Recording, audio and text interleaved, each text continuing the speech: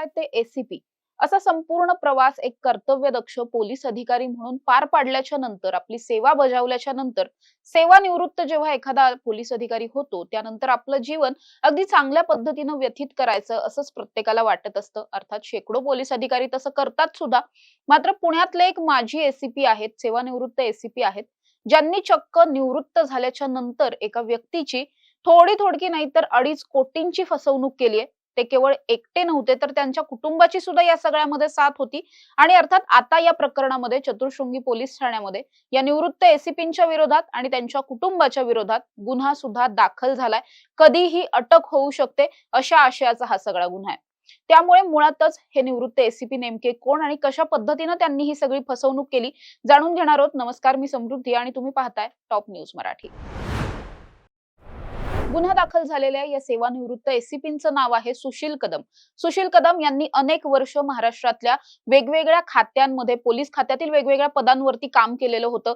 अगदीच PSI पासून ते ACP पर्यंतचा प्रवास त्यांनी केलेला होता आणि कर्तव्य बजावत असताना कधीही कुणालाही असं वाटलं नसेल की यांच्यावर अशा पद्धतीचा एखादा गुन्हा दाखल होईल.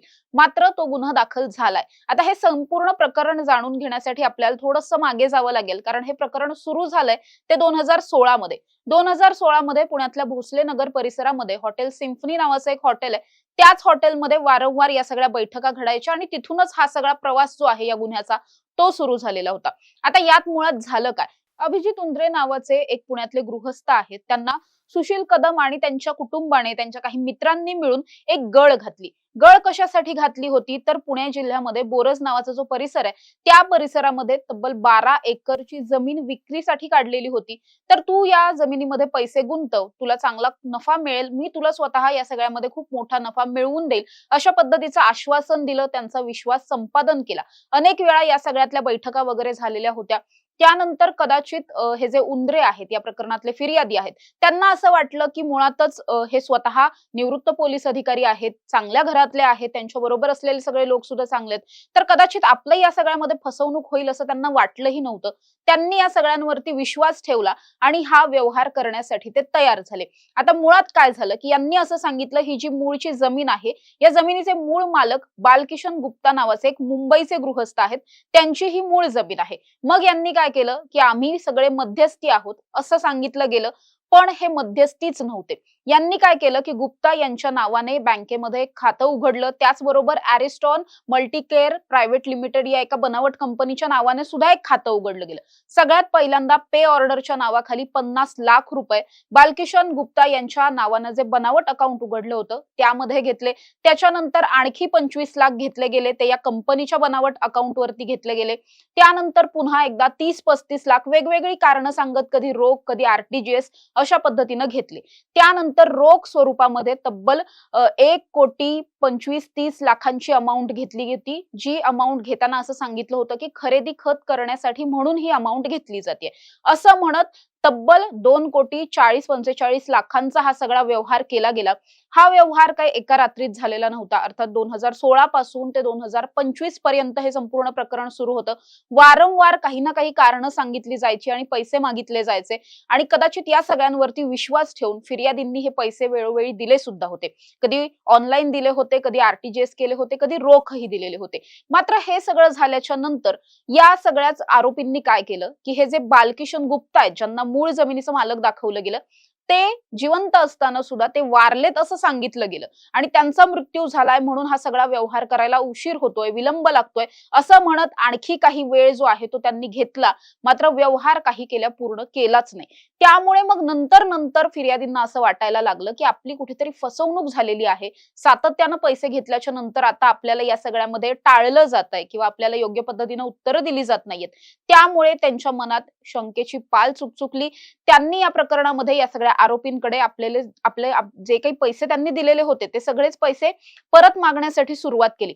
त्यावेळेस मात्र हे जे निवृत्त ACP आहेत सुशील कदम यांनी त्यांचं खरं रूप त्यांना दाखवलं. सुशील कदम यांनी काय केलं की याच फिर्यादींना उलटी धमकी दिली की मी तुला जीवे मारण्याच्या एखाद्या गुन्ह्यामध्ये अडकवेन किंवा मी तुला मारेल अशा पद्धतीची धमकी दिली गेली आणि त्यांना घाबरून आतापर्यंत शांत राहायला भाग पाडलेलं होतं. मात्र अर्थातच हे संपूर्ण प्रकरण जे आहे ते इतकं गंभीर होतं आणि इतकी मोठी फसवणूक झालेली होती की आता या प्रकरणामध्ये या फिर्यादींनी खूप हिमतीनं ते समोर आले आणि त्यांनी चतुर्शृंगी पोलीस ठाण्यामध्ये या सगळ्याच्या विरोधातली तक्रार दाखल केली.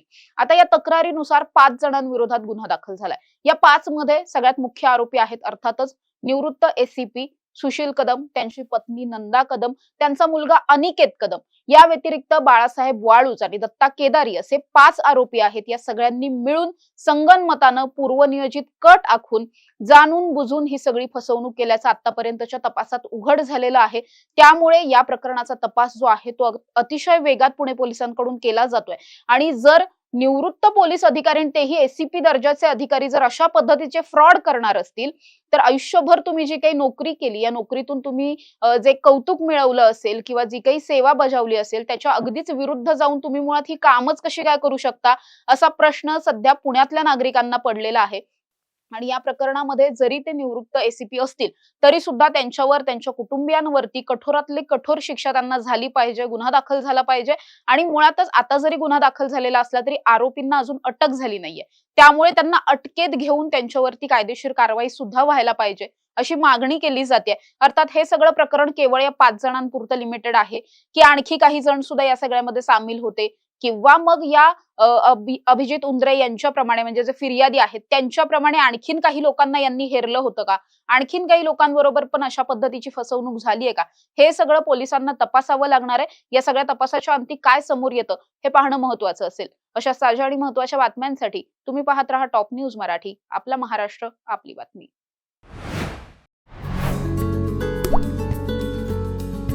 आता जोकासु STP या अत्याधुनिक जॅपनीज तंत्रज्ञानाने सुसज्ज, quick installation, energy efficient, noiseless blowers, low maintenance या आणि अशा वैशिष्ट्यांनी परिपूर्ण जोकासु STP तंत्रज्ञान प्रकल्प उभारणीपासून ते विक्री पश्चात समाधानकारक सेवा देणारी, भारताबरोबरच परदेशात देखील प्रकल्पांची यशस्वी उभारणी करणारी company Deccan water treatment private limited.